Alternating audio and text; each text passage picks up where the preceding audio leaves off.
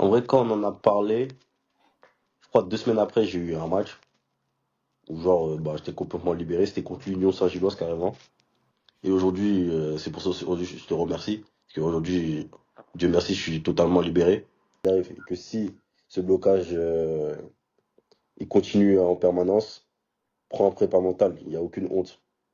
Il n'y a aucune honte, au contraire. Même les plus grands footballeurs, ils ont tous des prépas mentaux. Et ça, là, nous, on a bossé ensemble. Est-ce que toi, avant que tu te fasses accompagner sur ce plan-là, toi, tu avais déjà essayé de mettre des choses en place tout seul ou pas? Notamment peut-être par rapport aux blessures qu'ont causé des freins, ou même par rapport à la fin de saison dans ton ancien club à Charleroi, où bah là, tu manquais un peu de confiance, tu baissais un peu plus la tête. Est-ce que toi, de ton côté, tu as essayé de mettre des trucs tout seul en place ou pas du tout? Non, parce qu'en fait, je savais pas comment m'y prendre. Et moi, dans ma tête, il me fallait un prépa mental. Hmm. Je C'est dis, vrai que c'est ouais. Au moment où on s'était au téléphone, tu m'as dit direct, ouais, il me faut un préparateur mental. directement, Tu la savais qu'il vérité. te fallait quelqu'un. Quoi, t'étais tombé sur mon profil comme ça? Ouais, plus comme par hasard, j'étais sur Insta et je suis tombé sur ton profil. Et directement, je t'ai envoyé un message. Ouais. Donc, bah, ça, déjà, ce qui est bien, c'est que tu avais déjà pris conscience de l'importance tu vois, à quel point ça pouvait t'aider. Euh, Quand on a commencé à bosser ensemble, à aucun moment, je pense, on avait parlé de minutes, de temps de jeu, etc. C'était surtout toi, le fait que déjà dans ta tête, tu te sentes bien, tu vois. Que toi, tu te sentes bien. Et Exactement. qu'après, on avait dit, si toi, tu te sens bien dans ta tête, moi, je te connaissais déjà, donc ça, c'est un point encore plus positif. Je savais que tu étais capable de faire certaines choses sur le terrain, parce que je l'ai vu de mes propres yeux, on a joué ensemble 3 ans. Hmm. Euh, et donc, derrière, justement, toi, comment tu l'as vécu, les appels et le travail qu'on a fait ensemble? En vrai, ça m'a énormément aidé. Surtout que sur ma routine d'avant-match. Moi, je suis un mec où, je me faisais des scénarios de match et c'est des choses à pas faire. Et c'est comme ça, en vrai, c'est avec toi que j'ai appris qu'il fallait pas faire ce genre de choses. Qu'en mode, fallait pas que je reste dans mon coin. Qu'il fallait que je rigole avec tout le monde. Enfin, que moi, j'avais un caractère où, quand je rigolais avec tout le monde, j'étais plus performant que quand je restais dans mon coin, trop concentré, être trop Ouais. dans le match. Et aujourd'hui, c'est pour ça aujourd'hui, je te remercie. Parce qu'aujourd'hui, Dieu merci, je suis totalement libéré. Maintenant, je suis, comme on a dit aux appels, je rigole avec Mhm. tout le monde et tout se passe bien après. Je vois pas beaucoup de personnes en parler, tu vois, mais du mode de concentration, ça, on en avait parlé beaucoup. Est-ce que tu as besoin d'être dans ton coin?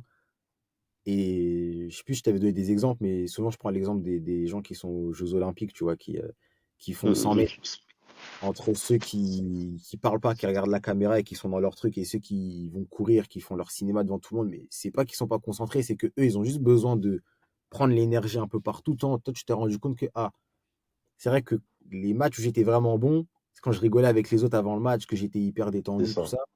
Et en restant dans ta bulle, en fait, c'est justement là, tu avais trop de temps dans ta tête pour penser à des scénarios, à des trucs, tu te mettais plus de pression, tu avais C'est besoin exactement.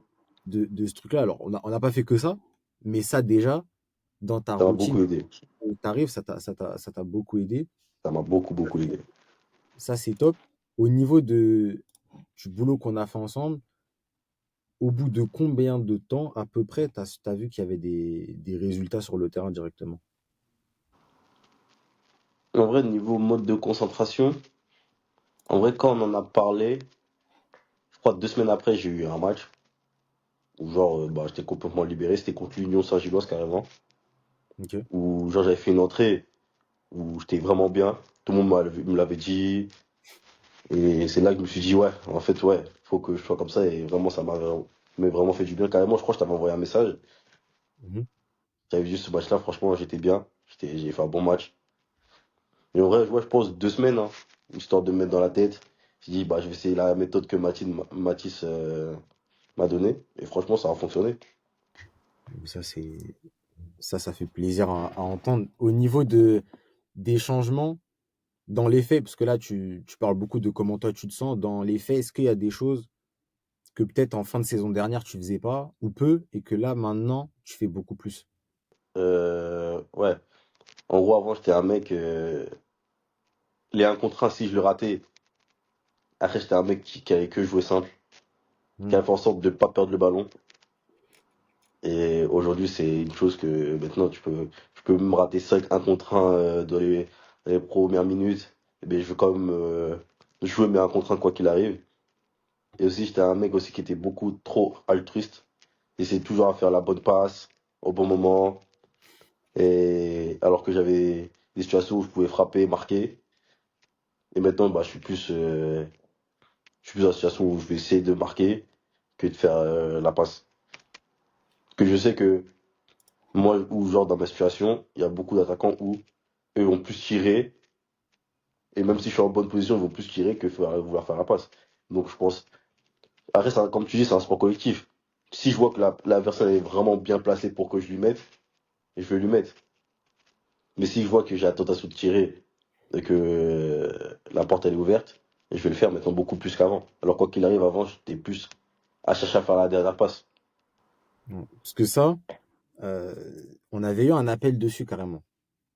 Ouais, Parce que j'ai vu que ça te touchait beaucoup plus que ce que je pensais, enfin, pas toucher dans le sens émotionnel, mais que ça t'impactait vraiment dans tes choix en fait sur le terrain ouais, directement. Toi, tu as été latéral très longtemps, même à Sanois, tu étais latéral plus qu'ailier. Et je pense que c'est le fait que tu aies joué aussi longtemps bas sur le terrain que tu as pris cette habitude à chaque fois de centrer, de faire la passe, de toujours penser au exactement. positif.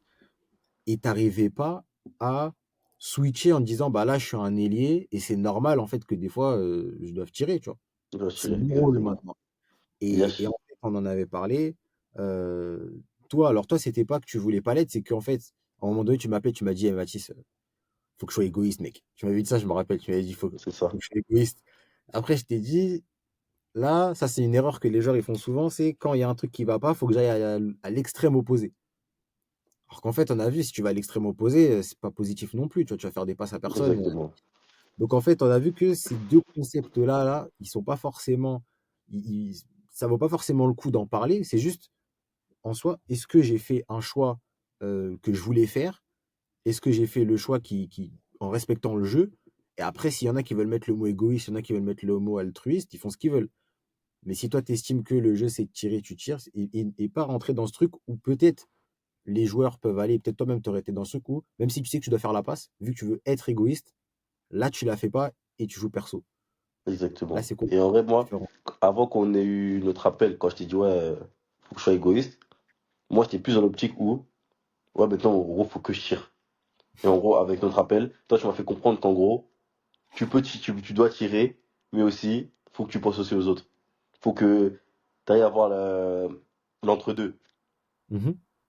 Exactement. C'est ça qui m'a fait qu'aujourd'hui, je pense mieux comme ça que quand je t'avais appelé, je t'ai dit, faut que je sois égoïste. Parce que moi, à ce moment-là, c'était vraiment, faut que je joue tout seul, en gros. Et je C'est peux pas ça. jouer tout seul à ce niveau-là ou autre. Toi, Darren, tu as eu une façon de voir la situation que beaucoup de joueurs n'ont pas. Donc, tu as su, en fait, tu as fait ton propre diagnostic, tu vois. Ok, ma situation, c'est ça, j'ai ça comme problème. Je pense que j'ai besoin d'avoir un préparateur mental. Tu as regardé un peu ce qu'il y avait. Et là, comme par hasard, un ancien coéquipier qui De apparaît. fou. De fou. Euh, Toi, aujourd'hui, tu dirais quoi à un joueur qui est dans ta situation, plutôt dans la situation dans laquelle tu étais en fin de saison dernière, où bah, il se connaît. Toi, tu te connais, je pense, tu sais qu'à ce moment-là, tu avais des grosses qualités, tu les as montrées en début de saison, mais ce joueur-là, il a des blocages, il a des freins, il a du mal.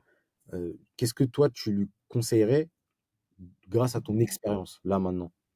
Moi, que tu as des blocages, n'importe quelle situation, par exemple, si tu as des blessures, si t'as déjà eu des blessures auparavant qui te font en sorte que tu aies des blocages, lâche-toi, joue ton jeu. Si demain tu dois te blesser, tu te blesseras. C'est pas en te bloquant que ça va changer quoi que ce soit. C'est Mhm, pas genre en ne parlant en duel que ça va changer quoi que ce soit. Si demain tu dois te blesser, tu te blesseras. Donc de te lâcher quoi qu'il arrive. Et que si ce blocage il continue en permanence, prends un prépa mental. Il n'y a aucune honte. Il n'y a aucune honte. Au contraire, même les plus grands footballeurs, ils ont tous des prépas mentaux.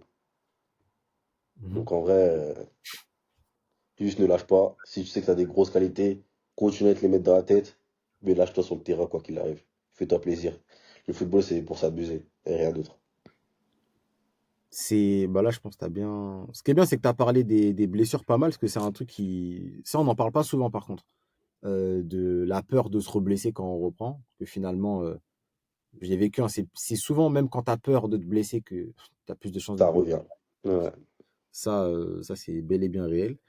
Mais sur le côté honte, tu vois, avec les préparateurs mentaux, ça, c'est plutôt français, tu vois, dans le sens où dans les pays anglophones, c'est quelque chose qui est normal, tu vois, d'avoir un préparateur Hum, mental. hum, hum. Parce que les personnes, en fait, regardent les résultats, tu vois.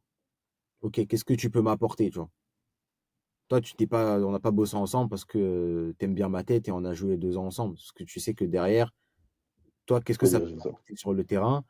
Euh, et derrière, tu t'entoures des meilleures personnes. Tu as parlé des joueurs pros.